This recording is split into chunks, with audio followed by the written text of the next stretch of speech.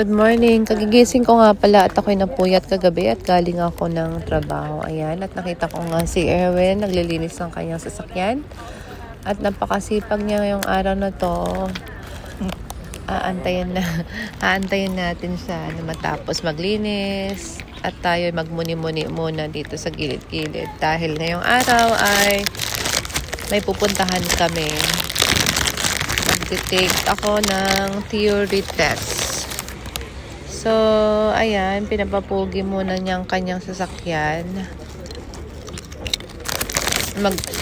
Muni-muni muna ako dito sa harap at may nakita akong berry. At kakainin ko nga siya. Ang sarap niya. Kahit hindi hugasan, pwedeng kainin. Malayo sa bituka. Fresh from the Kemedu. Ayan, nag-aantay pa ako sa kanya at pa-view-view muna tayo ng mga halaman dito. At ayan na nga guys, pupunta muna kami sa school ni Chloe para sunduin siya. At may dala kaming baon niya. Naiwan niya kanina. Baka magutom sa daan. Ayan, paalis na kami ng aming bahay. Ayan yung aming bahay. At ito ang view sa aming harapan. At napakaaliwalas ng klema. Ayan, tara samahan nyo kami para sunduin si Chloe. Then, pupunta ako para mag-take ng aking theory exam.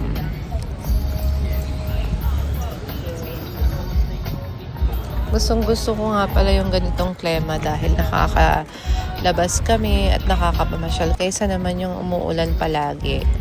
Dito na kami guys sa parking area ng school ni Chloe. At ayan na si Chloe. Sinundo na niya siya ni Habi. At kami aalis ulit. Pero bago muna kami pumunta sa aking theory exam, kakain muna daw kami sa labas, which is sa Nando's. Nando's para siyang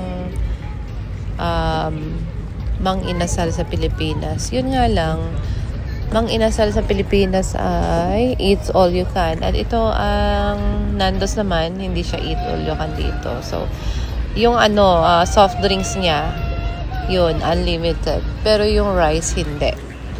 Ayan guys, so malapit na nga kami sa Nando's. Hindi ko alam kung anong orderin ko, pero tignan natin. Natatakam ako sa burger.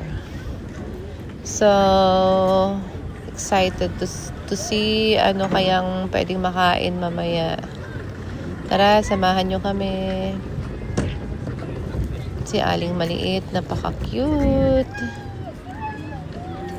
Ayan yung Nando's dito sa may mga din dyan, Tiki Max, may grocery, may bilihan dyan.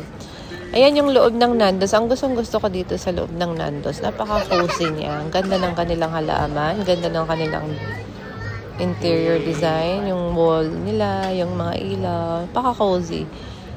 So, nag-aantay kami dyan na paupuin kami ng kanilang host. Sa babae, hostess. Ayan, usap-usap muna kami kung anong orderin namin, guys. So, naisip ko nga na burger nga naman sa akin. So, ayan na, nag-order na ako ng burger at sila naman ay chicken wings and grilled chicken. At syempre, ako ang taya muna dyan. Charot. Thank you guys. Kain muna kami. Bye-bye.